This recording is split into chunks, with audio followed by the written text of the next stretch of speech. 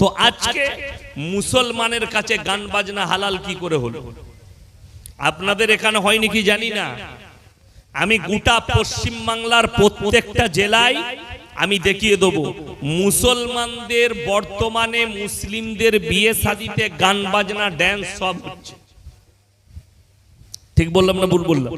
যদি বলেন আপনার হাওড়া জেলায় নাই, কলকাতায় নাই, আপনি চলুন আমার বর্ধমানে, চলুন বীরভূমে, চলুন বাঁকুড়ায়, চলুন পুরুলিয়ায়, চলুন হুগলিতে, আমি দেখিয়ে দেবো বেটার বিয়ে 3 দিন ডিজে বাজছে, দমদারাক্কা ড্যান্স চলছে, গান বাজনা চলছে।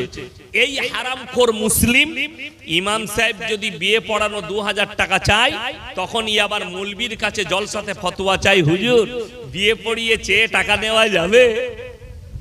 হারামখোর কোনোদিন এটা জিজ্ঞেস করেছে হুজুর বিয়েতে হারাম কাজ করা যাবে? এটা কোনোদিন জিজ্ঞেস করেছে কেউ? কোনোদিন কোন হাওড়া জেলার লোক, কলকাতার লোক, মিটিয়া বুরুজ খিদিরপুরের লোক কোন মৌলবীর কাছে ফতোয়া লিয়েছে হুজুর ইসলামে পাঞ্চিনি আছে কিনা?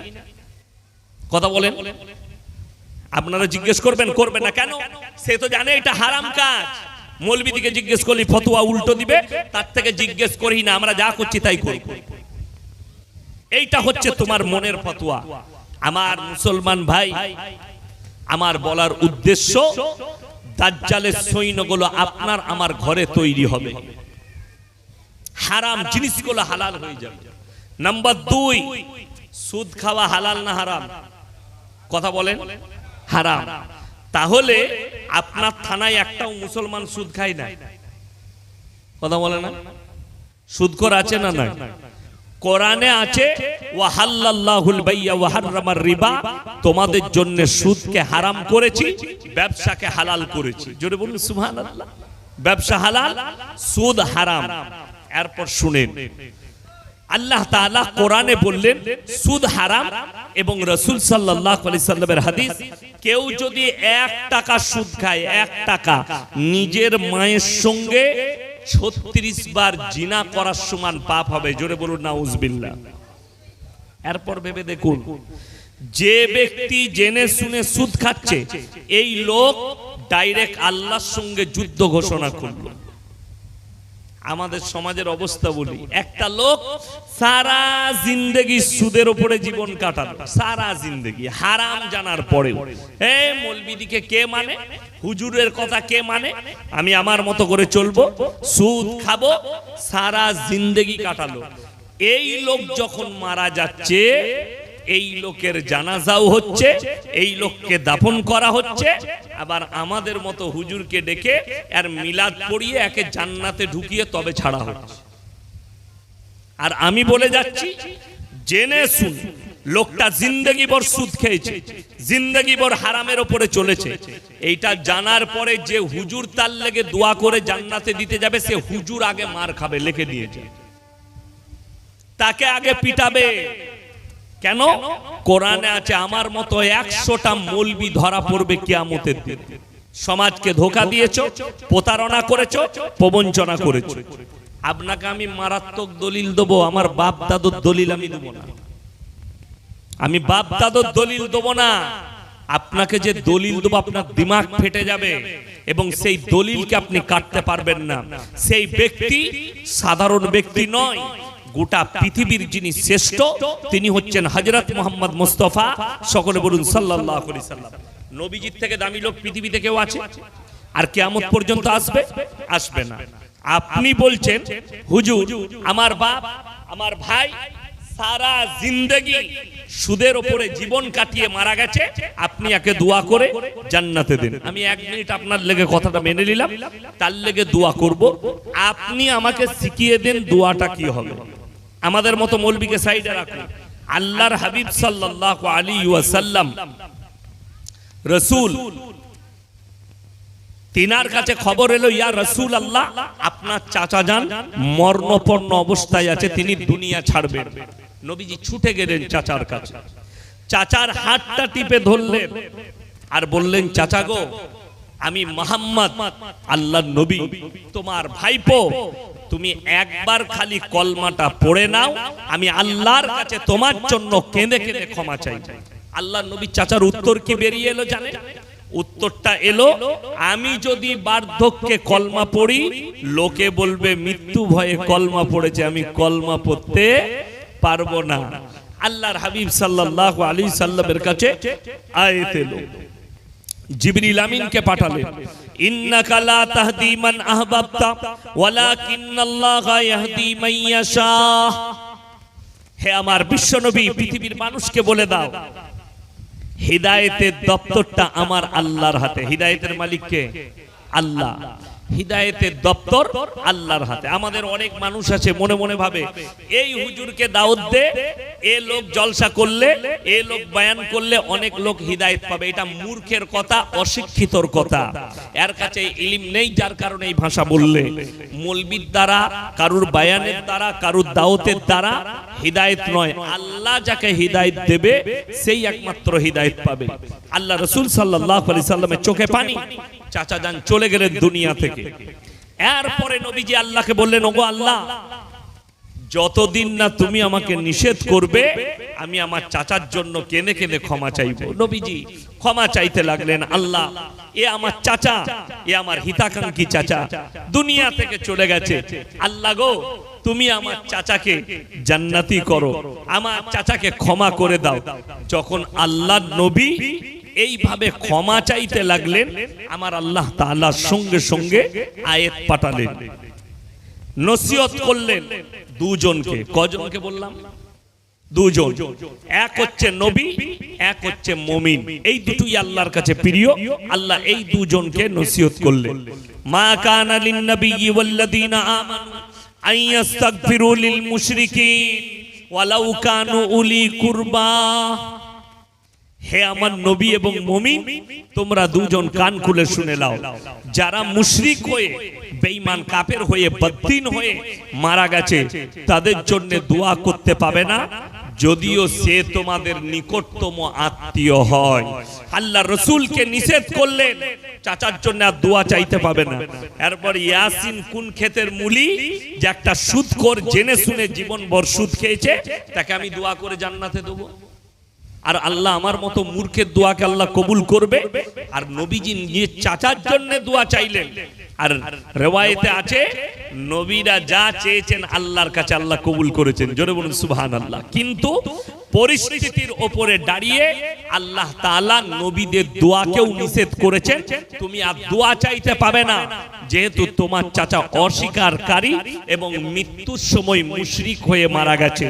নবীজি আর চাচার জন্য দোয়া চাইতে পাননি। এটা এক নম্বর।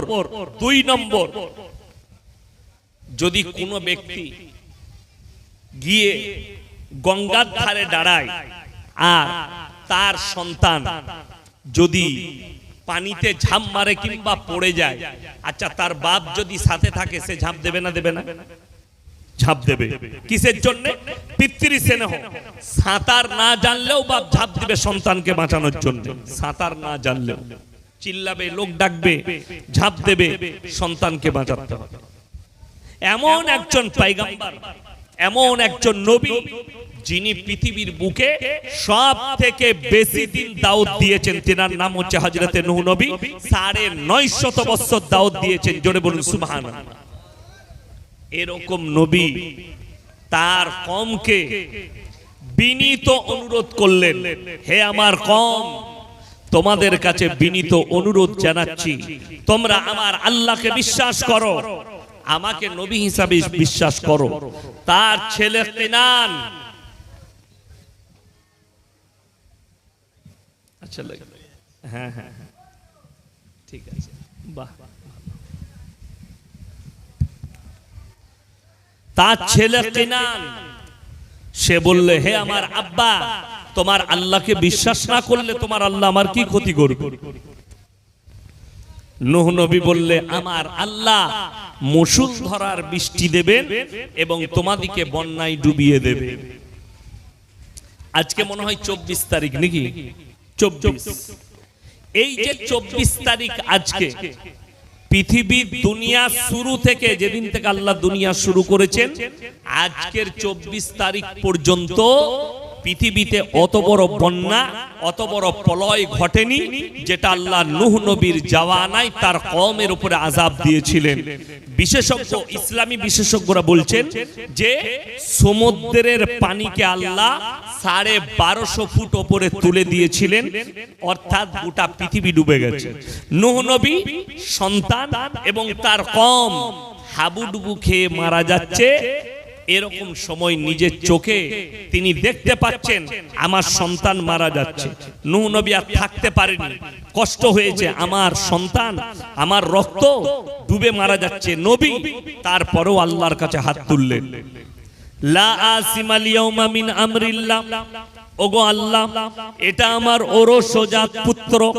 আল্লাহ উত্তর দিলেন, লামিনাল খাসিরিন, হাত নামাও। দোয়া করতে পাবে না যে আমাকে মানেনি, আমার নবীকে মানেনি, আমার দ্বীনকে মানেনি, যে আমাকে চ্যালেঞ্জ ছুড়েছে, তার লেগে দোয়া করতে পাবে না, হাত নামাও, তা না হলে তোমাকেও ক্ষতিগ্রস্তদের মধ্যে ফেলে দেবো।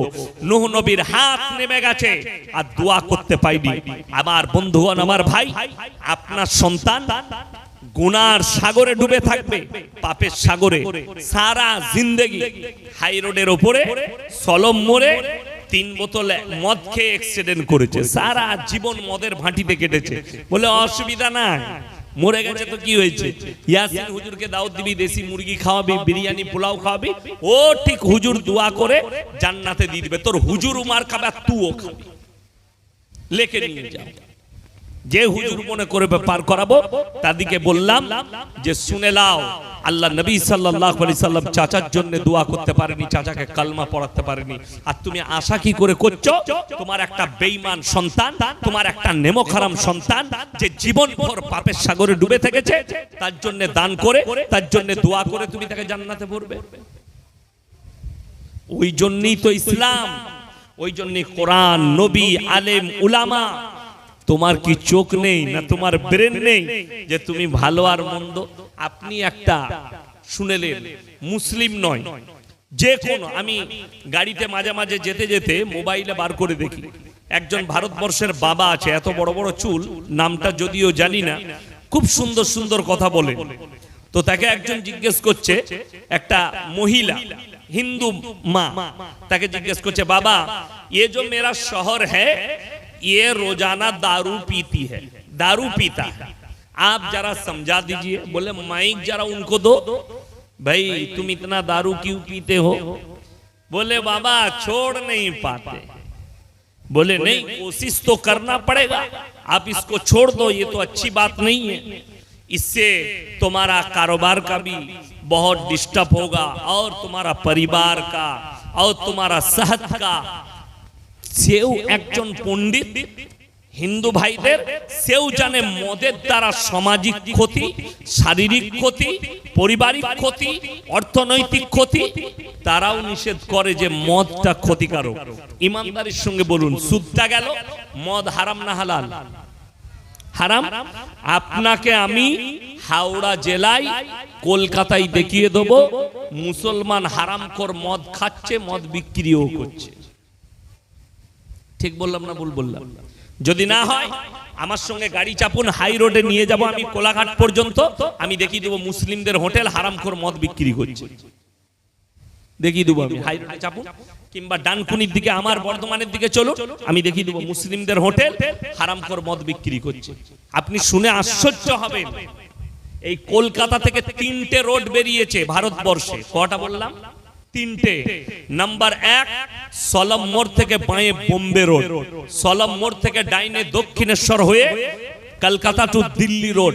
নাম্বার 3 ডালখোলা বকখালি রোড, যেটা বারাসাতের ওপর দিয়ে আসাম চলে যাচ্ছে। এই 3টে হাইওয়ে বেরিয়েছে, ওটা হচ্ছে 34 নম্বর। আমার ভাই, আপনি বকখালি রোডে চাপুন, 34 নম্বরে আসামের দিকে যাবেন, যেমনি বহরমপুর পার করবেন, একটা মোড়ের নাম আছে পলসন্ডা মোড়। সেখানে একটা পাঞ্জাবিদের ধাবা আছে, পাঞ্জাবিদের, মাথায় পাগড়ি বেঁধে দুজন ভাই হোটেল চালায়, পাপ্পুদা ধাবা, ধাবাটার নাম। এই কোলাঘাটের শেরে পাঞ্জাব আছে, এদেরই আত্মীয়, এদেরই রিলেটিভ হোটেল করেছে ওখানে। আমি মাঝে মাঝে হোটেলটা দাঁড়াই। আমি যখন আমার জীবনের প্রথম দাঁড়ালাম হোটেলটাই অনেক রাত্রে, মানে আমি কলকাতায় জলসা করে তারপরের দিন আবার শিলিগুড়িতে জলসা ছিল, আমি বললাম রাত্রি বেরিয়ে যাব, মালদাতে গিয়ে রেস্ট নেবো, না হলে দিনাজপুরে রায়গঞ্জ। তো আমি ওই হোটেলটাই দাঁড়ালাম, ভোরের দিকে টিফিন করব, দাঁড়িয়েছি। তো দু ভাই মাথায় পাগড়ি বেঁধে আমাকে বললে, স্যার আপনাকে মোবাইলে দেখেছি। তাদের হোটেলে আমি মারাত্মক তিনটে আশ্চর্য জিনিস দেখলাম। তিনটে বোর্ড লাগানো আছে তার হোটেলে। কটা বললাম? কথা বলেন কটা? তিনটে। আর এই তিনটে বোর্ডই মুসলমানদের ঈমান বাঁচানো বোর্ড। সে অমুসলিম ভাই, একজন হিন্দু ভাই, পাঞ্জাবি, সে আপনার ধর্মের প্রতি কতটা রেসপেক্ট রেখেছে আপনি অনুভব করতে পারবেন। তিনটে বোর্ড কি কি আছে? নাম্বার 1, মদ পান করা নিষিদ্ধ তার হোটেলে। কি পান করা বললাম? মদ পান করা নিষিদ্ধ। নাম্বার 2, মদ বিক্রি নিষিদ্ধ। নাম্বার 3, নো স্মোকিং, ধূমপান নিষিদ্ধ। এই তিনটে বোর্ড। আমি তাকে জিজ্ঞেস করলাম, ভাই আপনার হোটেলে আমাকে সব থেকে বেশি ভালো লেগেছে এই তিনটে বোর্ড দেখে। আমাকে কি বললো জানেন? স্যার আমি যেখানটা ব্যবসা করছি এখানে 80% মুসলিম আর আমার কাস্টমার হচ্ছে 80% মুসলিম, এবং আমি জানি আপনাদের ধর্মে মদ টাচ করা হারাম, স্পর্শ করা হারাম। আপনি ভেবে দেখুন যে একজন অমুসলিম ভাই আপনার ধর্মকে কতটা রেসপেক্ট, কতটা শ্রদ্ধা করে, যে তার হোটেলে সেখানে 80% মুসলিম আসে বলে সে তার মদ বিক্রি করে না। অথচ আপনি চলুন তার হোটেল থেকে 20 কিলোমিটারের মাথায় আমি দেখিয়ে দেবো মুসলিমদের হোটেল, হারামখোর মদু খাচ্ছে, মদু বিক্রি করছে। 20 কিলোমিটারের মাথায় দেখিয়ে দেবো। এই আমার রেকর্ডিং হচ্ছে, তারা শুনবে, যে মুসলিমরা শুনবে তাদেরকে বলছি বাস্তব কথা বলেছি। তোমরা আমাকে গালি দাও, কিন্তু আল্লাহর কসম মদ কখনো হালাল হবে না একটা মুসলিমের জন্য। ঠিক কিনা কথা বলে? আচ্ছা আমি এই বায়ান করে যাচ্ছি সুদে। সকালবেলায় উঠে আপনার এলাকার চায়ের দোকানগুলো দেখে নেবেন, আমার আওয়াজ যাদের কাছে পৌঁছাচ্ছে ঠিক আমাকে গাল দিবে। কোন মাল কটা? সুদখোর কটা গাল দিবে। ও বাজে হুজুর বে, ওকে দাওয়াত দেয়নি কি বে, ওই মাল কটা গাল দিবে। আমি জানি তো। আচ্ছা বলুন তো, এরা যদি আমাকে গালি দেয় সুদ হালাল হবে? কথা বলে না? হালাল হবে? হালাল করতে পারবে? আমাকে গালি দিবে দাও, আমাকে মারবে মারো। আর আমি কেন বলছি? আমাকে পরিষ্কার কথা, যারা আমাকে দাওয়াত দেয়, এই কমিটির ছেলেরা আমাকে দাওয়াত দিয়েছে, মোবাইলে দেখে দাওয়াত দিয়েছে, দিয়েছে না দেয়নি? আমার বয়ান শুনে দাওয়াত দিয়েছো। আমাকে যদি বলে হুজুর এত কড়া বক্তব্য দিবেন, আমার গাড়ি রেডি আছে, পয়সা ফেক তামাশা দেখ পালিয়ে যাবো, আবার কালকে যেখানে যাবো এইটাই বলবো, নিতে পারলে নিবি, না হলে লিস না। কেন? আমি কি মিথ্যা বলছি? এই কথা বলেন মদটা হারাম, এটা মিথ্যা কথা না সত্য? আল্লাহ হারাম করেছে স্পর্শ করা। সুদটা হারাম আমার আল্লাহ করেছেন, এবং আল্লাহ বলেছেন যারা জেনে শুনে সুদ খাবে তারা যেন আমার সঙ্গে যুদ্ধ ঘোষণা করলো। একটা মুসলমান কি করে সুদ খেতে পারে, কি করে মদ খেতে পারে? নাম্বার 3, আমি খালি আপনাকে বলে দিচ্ছি, আপনি খালি সকালবেলায় মহলম লাগাবেন, মহলম গুলো লাগিয়ে নেবেন। লটারির টিকিট হারাম না হালাল? কথা বলে হারাম। আর আপনাকে আমি আপনার সাঁতরাগাছির আশেপাশে আপনাকে দেখিয়ে দেবো, চলুন সলম মোড়ে দেখিয়ে দেবো মুসলিম ছেলে লটারি বিক্রি করছে, লটারি কাটছে। ঠিক বললাম না ভুল বললাম? চলুন আপনি রানীহাটিতে, চলুন আপনি অঙ্কুরহাটিতে, আপনাকে দেখিয়ে দেবো। আমি খালি হক বলি বলে আমার জন্য অনেক সমালোচনা, অনেকজন গালি দেয়, আমি এটাকে পরোয়া করি না। একবার আপনাদের এখানে অঙ্কুরহাটি আছে না? আমি জানি না, আমি জলসা করতে গেছি, আমাকে দাওয়াত দিয়েছে পাড়ার ছেলেরা অঙ্কুরহাটিতে। ওই চেকপোস্ট থেকে ঢুকেই জলসা করছে, যেখানে সিগন্যালটা আছে ওখান থেকে ডাইনে ঢুকে। আমি জানি না, আমি খালি মোবাইলে দেখেছিলাম একটা মেয়ে ছোট পোশাক পরে শরীর দেখিয়ে চা বিক্রি করছে। তার কাছে ভিড় কাদের? গুটকাখোর জানোয়ারগুলোর ভিড়। আমাদের যেগুলো জানোয়ার আছে গুটকাখোর আছে আর বিড়ি সিগারেট খোর আছে, তারা বাইক নিয়ে ভিড় করে চা খাবার লেগে লয়, তার শরীর দেখার লেগে, তার রূপ দেখার লেগে। আমি এখন বলেছি তার চায়ের দোকানে যদি কেউ এই নিয়তে যায় যে মেয়েটা কেমন, তার শরীরটা ভালো, তার চেহারা ভালো, এই নিয়তে জিনা করার পাপ হবে এবং ওই জায়গাটা যে ভাড়া দিয়েছে তারও গুনাহ হবে। এখন ওই পাড়ারই লোক ভাড়া দিয়েছিল মনে হয়, সকালবেলায় তাকে তাড়িয়ে দিয়েছে। আমি জানি না, আমি তো বয়ান করেছি, আমি কোথায় আছে সেটাও জানি না।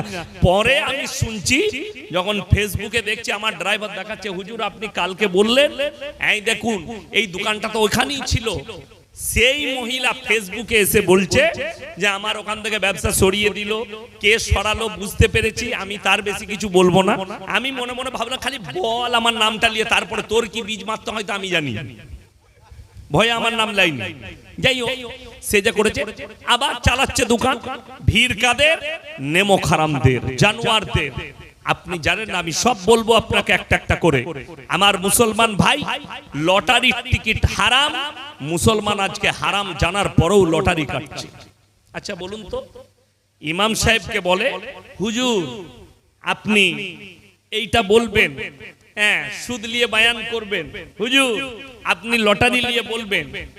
এখন ইমাম সাহেব নতুন এসছে, ইয়ং ছেলে, জোশের ওপরে বয়ান করে দিল লটারি নিয়ে। গ্রামের যতগুলো লটারিওয়ালা মাল ছিল, এরা এরপর চিন্তা লাগালে মালটাকে তাড়াতাড়ি তারাই না। আচ্ছা বলুন তো, গোটা পশ্চিম বাংলায় একটা মসজিদের কমিটি বার করে দেন, একটা মসজিদের সেক্রেটারি বার করে দেন, যে মসজিদের মেম্বারে দাঁড়িয়ে বলেছে যে শোনো, আমার মহল্লার গ্রামের যত মানুষ আছেন, কেউ যদি সুদের কারবার করো, সুদ খাও, সে ইমামকে পালা দিবে না। এরকম ঘটনা শুনেছেন? কেউ বলেছে কোনোদিন যে সুদ খাবে সে ইমামকে পালা দিবে না? আপনার জানা আছে? আপনি বলবেন আমি দোয়া করব, আপনি আমিন বলবেন। আপনি হুজুরকে ডেকে দোয়া করাচ্ছেন। দোয়া কবুলিয়াতের জন্য শর্ত যেটা রাখা হয়েছে সেটা হচ্ছে হালাল খাবার। কি খাবার বললাম? হালাল। তো মুসলমান হারাম হালাল তো বুঝে না। কেন বুঝে না? এদের কাছে দ্বীনি শিক্ষা না থাকার কারণে। আমি আপনাকে দেখিয়ে দেবো, যত বালি আমার বর্ধমান থেকে আসছে, যত পাথর বীরভূম ডিস্ট্রিক্ট থেকে আসছে না আসেনি? পাথর বালি এই দুটো জেলা থেকে বেশি কলকাতায় ঢুকছে। দামোদর নদী, কলকাতায় সব থেকে দাম বেশি হচ্ছে সিল্লার ঘাটের বালি, আমার বাড়ির কাছে ঘাটটা। প্রত্যেক দিন 2500 3000 গাড়ি লোড হয়, কলকাতা 24 পরগনা চলে যাচ্ছে। মুসলিমদের ছেলে লরি চালায়, গাড়ি লোড করেছে, হাই রোডে চেপেছে, হোটেলে ঢুকি প্রথমে 2 বোতল মদ খেয়ে নিল, এরপর বলছে ভাই মুরগির মাংস আর রুটি নিয়ে আয়। সে হোটেলের কর্মচারী বেচারা মুরগির মাংস আর রুটি এনেছে, তখন হারাম করে জিজ্ঞেস করছে মুরগিটা জবাই না কাটা। আমরা ওকে মার জুতো করে। আচ্ছা যে লোকটা মদ খেলো তার লেগে এটা জিজ্ঞেস করে লাভ আছে? হারাম না কাটা না গোটা? মদটা হারাম এটা জানলে তো আর তাকে সে গোটা কাটাটা খেত না, আর মদটাও খেত না। মদটার বেলায় খেয়ে নিচ্ছে, কিন্তু ও জানে আমাকে মুরগি খেলে জবাই করা খেতে হবে। যেমন আপনি শুনে গেলেন যে আপনাকে জবাই করা মাংস খেতে হবে, সকালবেলায় উঠে আপনি সাঁতরাগাছির কোনো এক মার্কেটে গেলেন, দিয়ে বললেন ভাই জবাই করা 1 কিলো মাংস দে। কিনছেন জবাই করা মাংস, কিন্তু টাকাটা আবার সুদের টাকা, সেই একই মাল দাঁড়িয়ে গেল। বুঝাতে পারলাম কিছু? টাকা সুদের, মালটা এক। আচ্ছা রুজির মালিক সকলে বলুন কে? আল্লাহ। ভাগ্যের মালিক কে? ভাগ্যের মালিক যদি আল্লাহ হয়, আপনি একটা কাগজ, লটারি কেন হারাম বলে দিই, ভাগ্যের মালিক কে? আল্লাহ। আপনি চলে যান কাঁচি সাঁতরাগাছি স্টেশন, আপনি ওপারে বেরিয়ে যান 1 নম্বরে, কিংবা এইদিকে থাকুন, কিংবা সাঁতরাগাছিতে চেপে হাওড়াতে যান। আপনি 1 নম্বর প্ল্যাটফর্মে হাওড়া ব্রিজের দিকে বের হন, কয়েকটা হারামখোর চট বিছিয়ে বসে আছে, ছিড়া চট, আর মাথায় সরষের তেল লাগিয়েছে, দিয়ে বসে আছে সকাল বেলায়। তাদের কাজ কি? ওই ছিড়া চটে বসে লোকের হাত দেখে ভবিষ্যৎ বলে। তারা লোকের হাত দেখে ভবিষ্যৎ বলে। জানেন ভবিষ্যৎ বলাটা আজকের ঘটনা নয়, এই রকম ভবিষ্যৎ বলনেওয়ালা দুনিয়া শুরু থেকে আছে, ধোঁকাবাজ। ফেরাউনের যারা গণককার ছিল ফেরাউনের কাছে, তারা ফেরাউনের হাত গুনে বলেছিল, হাত দেখে তোমার এই মিশরে এমন একটা ছেলে জন্মগ্রহণ করবে, সে হবে তোমার দুশমন। এটা বলার পরে ফেরাউন বললে, আমি তো যত বেটা পয়দা হবে আমি কতল করে দেব এই বছরে। কতল করতে লাগলে, রেওয়ায়েতে আছে গোটা মিশরের মাটিতে কয়েক লাখ সন্তানকে হত্যা করেছিল ফেরাউন তার যুগে। কয়েক লাখ বাচ্চা পয়দা হয়েছে, কতল করে দাও, বেটা ছেলে মেরে দাও, বিটি ছেলে হলে ছেড়ে দাও। কিন্তু আল্লাহ কত কুদরতওয়ালা, মুসা নবী তিনি যে তিনার মায়ের পেটে ছিলেন, পেটে দেখে মনে হয়নি যে তিনি গর্ভবতী। জোরে বলুন সুবহানাল্লাহ। হঠাৎ রাত্রিতে প্রসব বেদনা, মুসা নবী জন্মগ্রহণ করলেন। এবং অনেক লম্বা ঘটনা আছে, আমি খালি আপনাকে বুঝাবার জন্য বলছি। ফেরাউনের ঘরে লালিত পালিত হচ্ছে, আল্লাহর তরফ থেকে আওয়াজ এসছে, তোমার বাচ্চাকে বাস্কই ভরে, কাঠের বাস্কে ভরে নীল নদীতে ভাসিয়ে দাও। ফেরাউনের যে রাজপ্রাসাদ তার গার্ডেনের কাছে গিয়ে আটকিয়েছে, যেখানে সকালবেলায় বসে থাকে বিবি আসিয়া আর ফেরাউন। ওই জায়গায় ফেরাউনের চোখে পড়ল, একজন প্রজাকে বললে বাস্ক তুলে নিয়ে এসো। বাস্ক আনা হলো, বাস্ক আনার পরে সেই বাস্কের মধ্যে বললে খোলো। অনেক তার প্রজারা চেষ্টা করলো, খুলতে পারছে না। এরপরে বিবি আসিয়া বললে আমাকে ছাড়ো। তিনি যেমনি ঝটকা মেরেছেন, বাস্ক খুলে গেছে, ভেতরে একটা সুন্দর ফুটফুটে ছেলে খেলা করছে। তিনি হচ্ছেন হযরতে মুসা নবী। তো ফেরাউন দেখার পরই বললে, এইটাই মনে হচ্ছে ওই মালটা, আমার দুশমন, কেউ ভাসিয়ে দিয়েছে, একে কতল করতে হবে। কিন্তু আমরা সবাই জানি যে যেরকমই মরদ হোক, আমি মৌলবি বলুন, পীর বলুন, ফকির বলুন, আর অফিসার বলুন, আর যেই বলুন, যার সবারই মর্দানগি খালি বাইরে। কি বুঝলেন? আমি স্টেজে কত ফুটানি করছি, কিন্তু বিবির কাছে সবাই ঠান্ডা। একজন অফিসার অফিসে গিয়ে কি বলে, এই নরেন চাটা নিয়ে আয়, আনছি স্যার। কি বুঝলেন? চিল্লিয়ে বলবে। কিন্তু বিবিকে যদি বলা হয় তাড়াতাড়ি চা করে নিয়ে, চুপ করে বসো, আমি কাজ করছি, দেখতে পাও না, দোকানে খেয়ে লাও না। আচ্ছা ঠিক আছে, তাই হলো।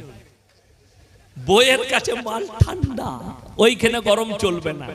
ফেরাউন যখনই বললে এই বাচ্চাটাকে কতল করতে হবে, এটাই আমার দুশমন, কোরআনে আছে, আসিয়া তাকে বললে কুররাতু আইনুল লি ওয়ালাক লা তাকতুলু, এই বাচ্চাকে কতল করতে পাবে না, ই তোর আর আমার চোখকে ঠান্ডা করবে। সঙ্গে সঙ্গে বললে, আচ্ছা তুমি যখন বলছো অসুবিধা নাই, কোলে তুলে লাও, মানুষ করো। এরপর আমার বলার উদ্দেশ্য, যে মাল কটা হাত দেখে বলেছিল একটা ছেলে জন্ম হবে, সে দুশমন, তাদেরই কোলে মুসা নবী মানুষ হচ্ছে, কিন্তু বলতে পারছে না এই মালটাই ওইটা। কথাটা আমার বুঝে এসছে না আসেনি? মুসা নবী তাদেরই কোলে মানুষ হচ্ছে, তারা কোলে নিচ্ছে, চুমু খাচ্ছে, ঘুরাচ্ছে, রাজপ্রাসাদে রাজার সন্তান হিসাবে মানুষ হচ্ছে, কিন্তু তারা বলতে পারছে না এইটাই ওই মালটা।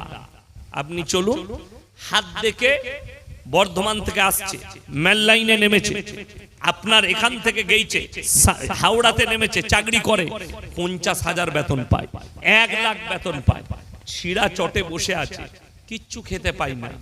কি খাই জানে?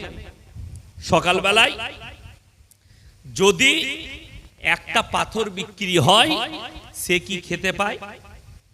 একজন অফিসার সে যখন যাবে তার অফিসে, সে অর্ডার করবে চা নিয়ে আয়, ব্রেকফাস্ট নিয়ে এসো, তার কাছে টেবিলে চলে আসবে, তার কর্মচারী আনবে। আর যে মাল হাত দেখছে, হাওড়া স্টেশনে বসে আছে, সাঁতরাগাছিতে বসে আছে, হাত দেখে লোকের ভবিষ্যৎ বলছে, যদি বিক্রি হয় সে কি খেতে পাবে? কি? 3টে পরোটা, আনলিমিটেড তরকারি, একটা সিদ্ধ ডিম, একটা কাঁচা পেঁয়াজ, ওই মালটা খেতে পাবে। দামি মাল লয়। কি নাম যে রাজু না কি বিক্রি করছে, হ্যাঁ যাই হোক, ওই মালটা খেতে পাবে। কোন তেলে করেছে, কি পরোটা জানি না, জীবনে খাই নাই, আর ওসব খাইও না। আল্লাহ দস্তরখানে খাবার দেয়, খাই, যাই হোক, ওইটা খেতে পাবে। আর একজন অফিসার দামি খাবার খাবে। ওরে বাবরে, তোমার ভাগ্যটা খারাপ যাচ্ছে, প্রমোশন আটকে আছে, তোমার একটু মনে হচ্ছে যেন পরিবারে বিবির সঙ্গে গোলমাল চলছে, ই দেখে শালা রোজ রাতের বেলায় ঝগড়া। ঠিকই তো বলছে, প্রমোশন আটকে আছে, বেতন পাই 50,000। বলে কি করতে হবে? বলে এই পাথরের আংটিটা নিয়ে যাও, এই পাথরটার আংটি বানাবে, পরবে, তোমার ভাগ্যটা ফিরে যাবে, বিবির সঙ্গে মহব্বত হবে। আমি খালি চিন্তা করি, যে লিখছে 50,000 বেতন পায়, একবারও বলতে পারছে না এই ভাগ্যের পাথরটা তোর গলায় না হলে তোর হাতে পান, তুই কেন ছিঁড়া চটে বসে তুই বেঁধেলে, কাল থেকে মমতা খালার পাশে থাকবি। একবারই নবান্নে